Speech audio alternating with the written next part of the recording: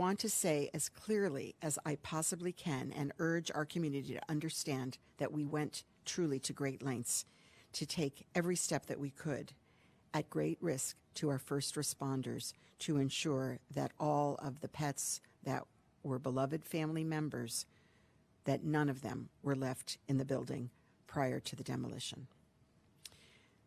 Since the first responders were able to resume their work on the collapse last night, we have very sadly recovered 3 additional victims. The total number of confirmed deaths is now at 27. The number of those accounted for is 191 and unaccounted for 118. Please join me in praying for those who lost their lives, the families who mourn, and for all of those who are still waiting. We continue to monitor Tropical Storm Elsa and expect that Miami-Dade will mostly experience heavy rain and some winds throughout today and tomorrow. I was grateful to have the opportunity to speak with some of the first responders on site last night, right after the demolition, before they headed back out to the pile. On day 12, these men and women have continued their mission. They have the same determination and strength as when they got out on day 1. It is a true honor to serve alongside these heroes and sheroes from the state, from the federal, and from the international teams, all of our partners who've made this historic effort possible. Me enorgullece ofrecer una actualización de que la demolición de anoche de Champlain Tower Sur se ejecutó exactamente como estaba planeado. La demolición comenzó a las 10:30 de la noche y en poco más de una hora recibimos el todo claro. Alrededor de la medianoche se reanudó el trabajo y la 1 de la madrugada nuestra operación de búsqueda y rescate comenzó nuevamente. Derrumbar todo un edificio de apartamentos es una decisión extremadamente difícil y la demolición no fue de ninguna manera una decisión que tomé a la ligera. Derribar el edificio de manera controlada fue fundamental para expandir nuestros esfuerzos de búsqueda en la pila más cercana al edificio que anteriormente no era accesible para nuestros equipos. También quiero tomarme un momento para reconocer y reflexionar sobre la gran tragedia que es para aquellos que sobrevivieron al edificio y fueron evacuados. El mundo entero está de luto con los que perdieron a sus seres queridos y los que esperan noticias del colapso. Perder su casa y todas sus cosas de esta manera también es una gran pérdida, y mi corazón y mi más sentido pésame están con todas las familias. Nuestros equipos están haciendo todo lo posible para ayudar a quienes perdieron sus hogares a comenzar a reconstruir. FEMA está aquí y ha estado haciendo un trabajo increíble al inscribir a las familias para recibir asistencia individual, y muchos ya han recibido. También quiero enfatizar una vez más que tomamos todas las medidas posibles para buscar animales en el edificio antes de la demolición. Quiero decirlo con la mayor claridad posible y instar a nuestra comunidad a que comprenda que hicimos todo lo posible y tomamos todos los pasos que pudimos con gran riesgo para nuestros socorristas, para asegurarnos de que no quedaron animales en el edificio antes de la demolición. Desde que los primeros en responder pudieron reanudar su trabajo en el colapso, lamentablemente hemos recuperado a 3 víctimas adicionales. El número total de muertes confirmados ahora es 27. Las personas contabilizadas son 191 y desaparecidas son 118. Otra vez, oremos por aquellos que perdieron la vida, las familias que están de luto y los que están esperando. Continuamos monitoreando la tormenta tropical Elsa y esperamos que Miami-Dade experimente principalmente lluvias intensas y algunos vientos hoy y mañana.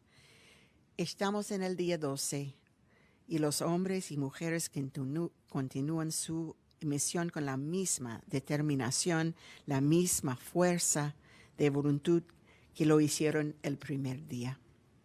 Yo lo vi. Es un gran honor para mí servir junto a estos héroes. Nuestros extraordinarios equipos de Condado de Miami-Dade y todos los socios estatales, federales e internacionales que han hecho posible esta operación. Mi corazón está con ellos y con toda nuestra comunidad. Gracias.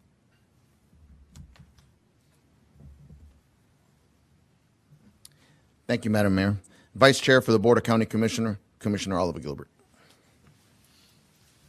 Good morning. I don't have much to add more than what the mayor said. First, I would just like to thank her for her leadership and her strength in this. It's important because when you get elected mayor, you don't think that this is going to happen. We don't prepare for stuff like this.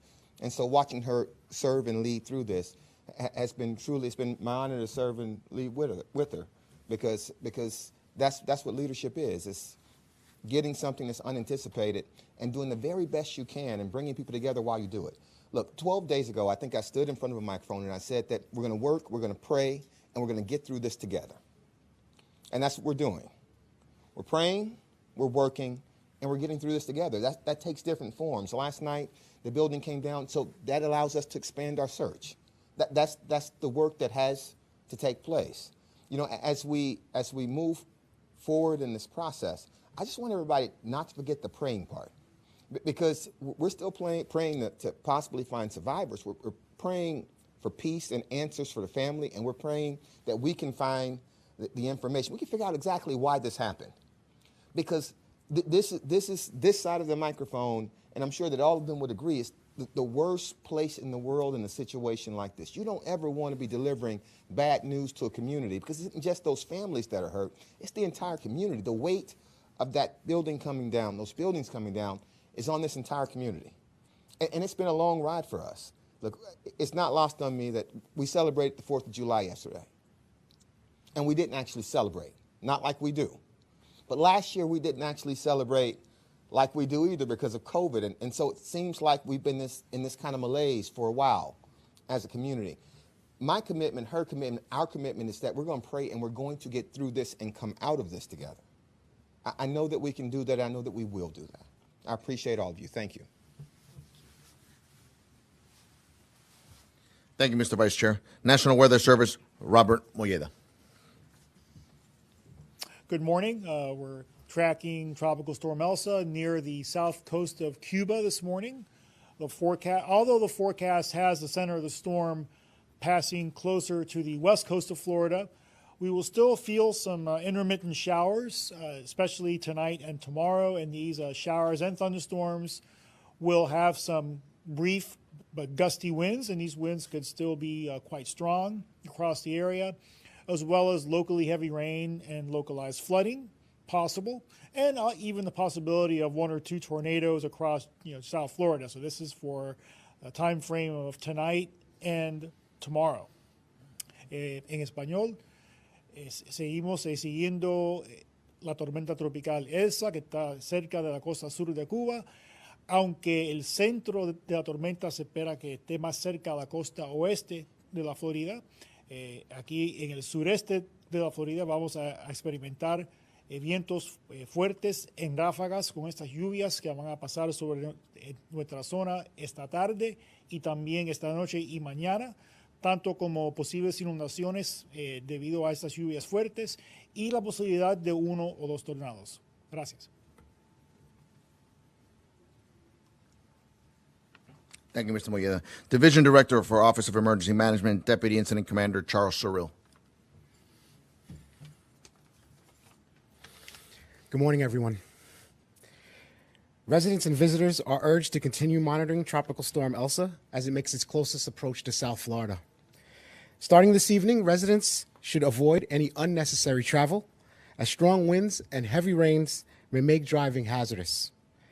If you have any questions, you can always call 311. Their hotline is open between hours of 8 a.m. and 7 p.m. Residents can also access disaster-related information 24 hours a day on what to do before, during, and after a storm at miamidade.gov/hurricane. Due to our own preparation, we continue to work at the county's Emergency Operations Center. Later today, we will begin implementing plans to redeploy our assets at the collapsed site. Our Office of Communications will provide you with information as necessary as to when we will move and the hours and times of our future briefings. Details on future briefings. The Family Assistance Center will maintain service hours between 12 p.m. and 5 p.m. daily. Our total number of families served to date is 127. FEMA, as we have all been in a unified command, is also supporting our efforts. In order to access information on individual assistance for families, survivors, please go to fema.gov/disaster/3560. Anyone who has been impacted by this tragedy or wanting to stay up to date with the latest information regarding our response at Surfside can visit that website that I just mentioned or miamidade.gov/emergency. Thank you.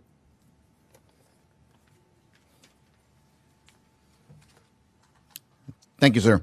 Para traducirle lo que dijo el comandante del incidente, Charles Surrill, le voy a traducir. Residentes y nuestros visitantes se le urge que continúen monitoreando la tormenta tropical Elsa mientras se va acercando al sur de la Florida esta tarde y la noche.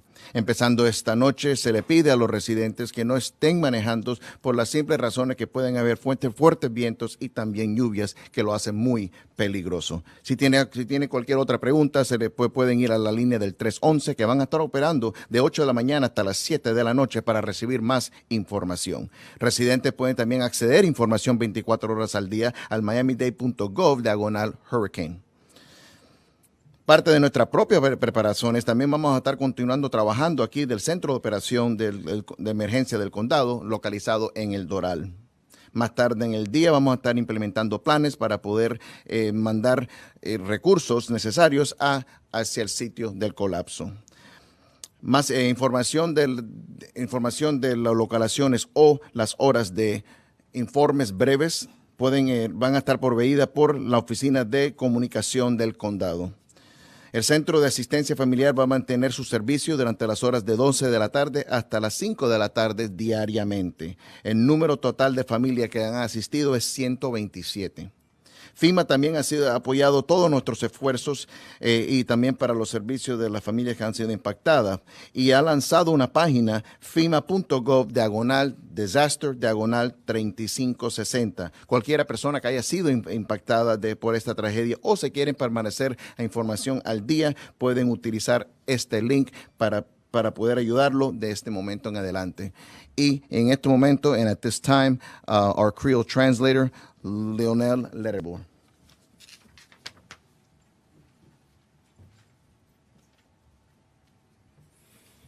Mesdames et messieurs, bonjour. Jeudi, nous avons atteint 12 jours après que l'incident est arrivé.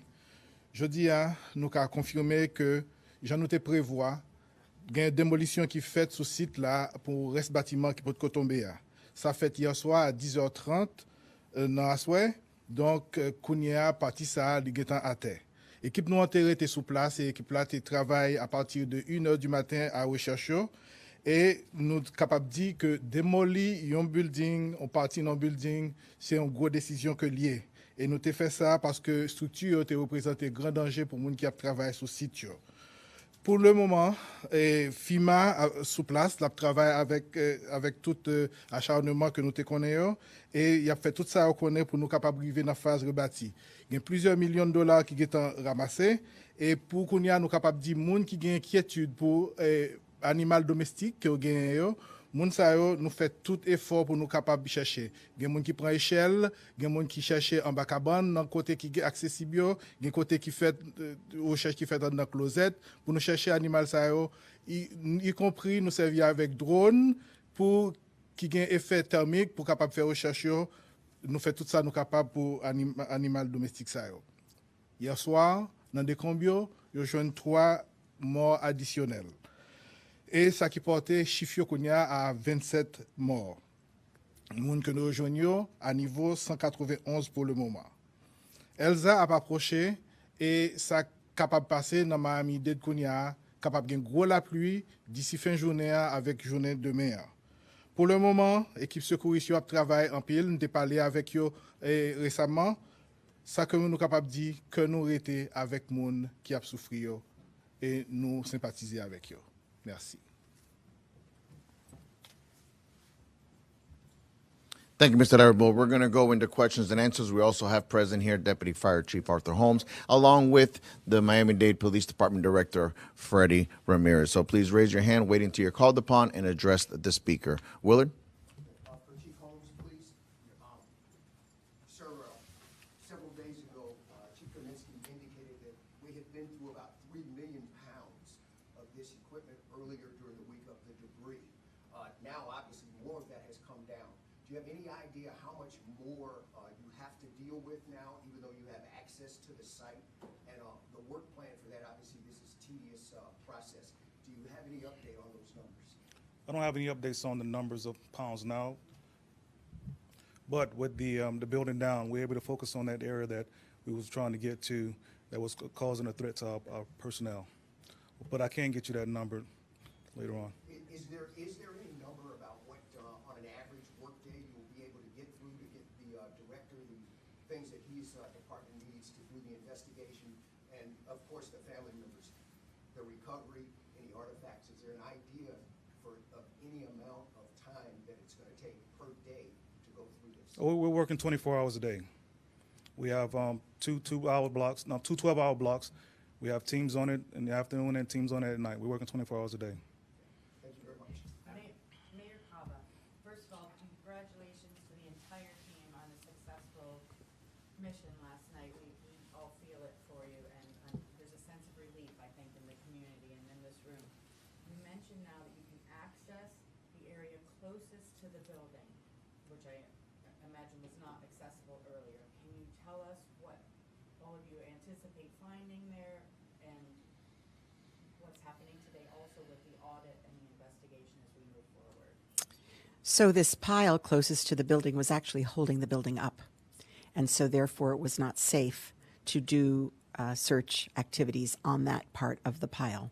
So that was, apart from the impending storm, we wanted to move that building if we could safely do so, so that we could gain access to that pile.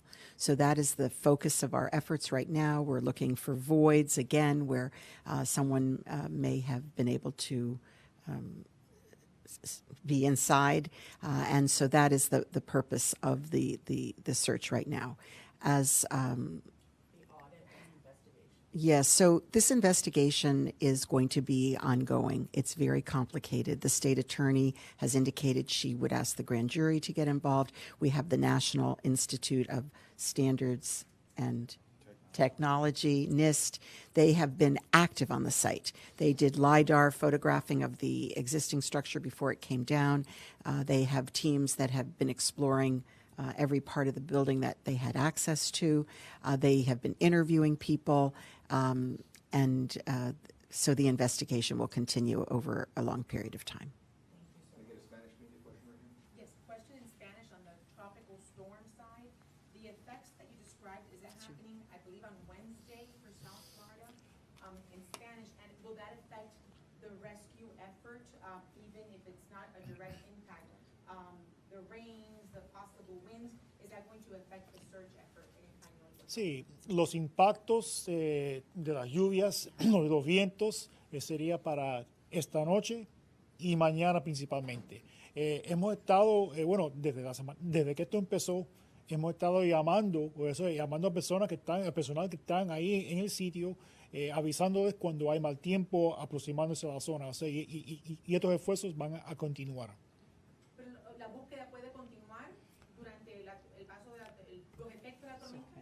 Bueno, yo no puedo contestar eso específicamente, solo o sea, en cuanto a los informes del tiempo, nosotros avisamos a los que están en el sitio si hay mal tiempo, o sea, por ejemplo, relámpagos o fuertes lluvias o fuertes vientos aproximándose a la zona. Entonces ellos toman las acciones apropiadas. Excuse me. También puedo decir, los vientos hasta 30 millas por hora podemos seguir y solamente por relámpagos terminamos un poquito.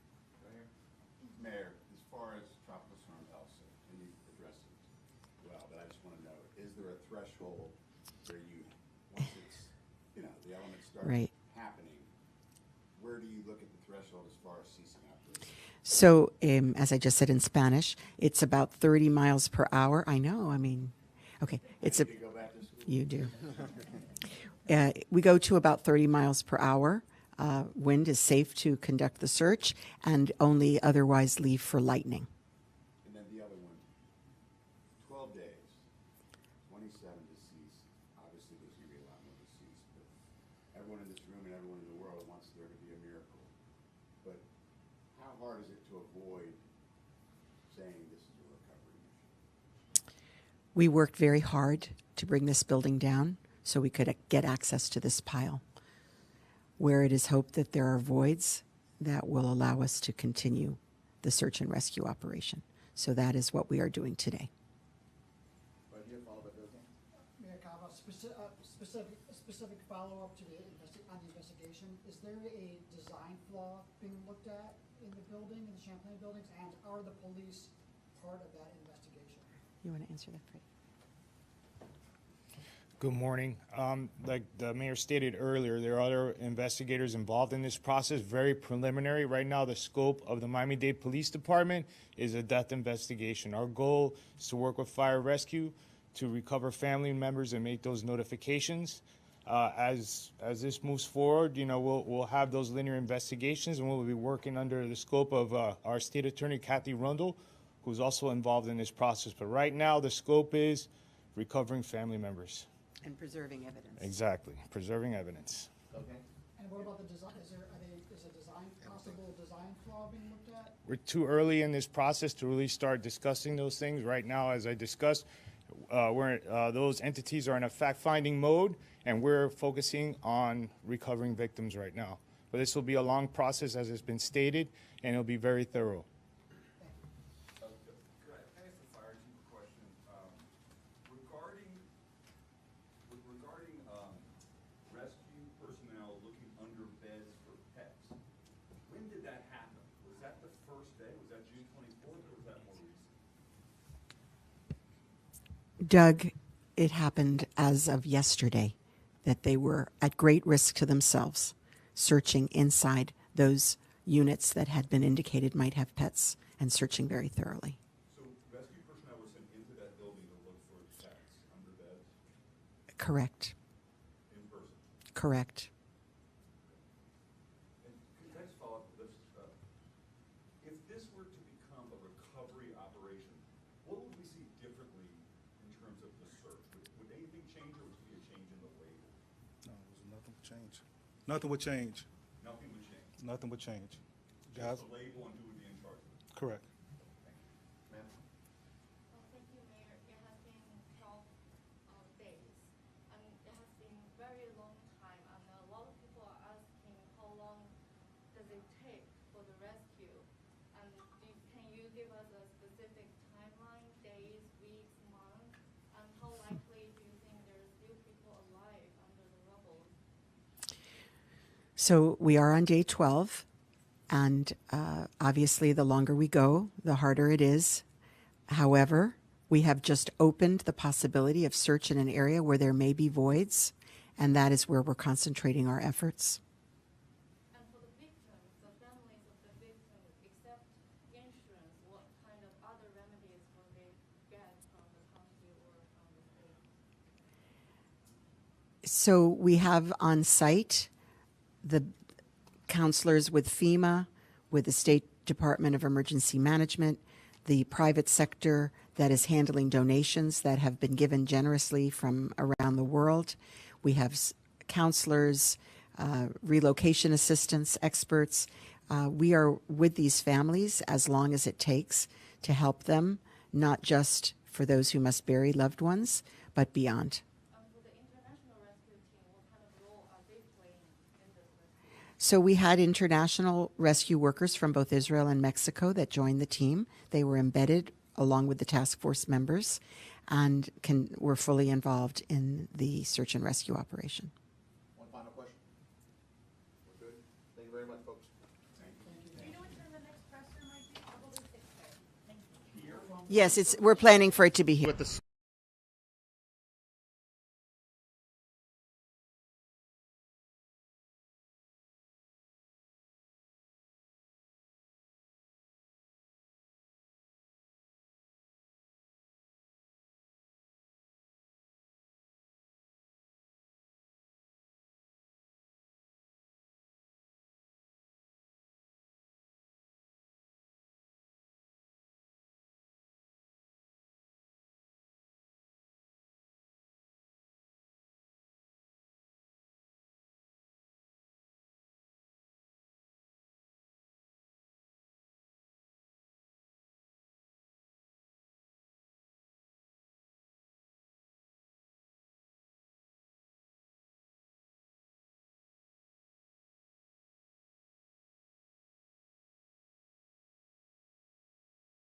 put people up. I spoke with the owner of the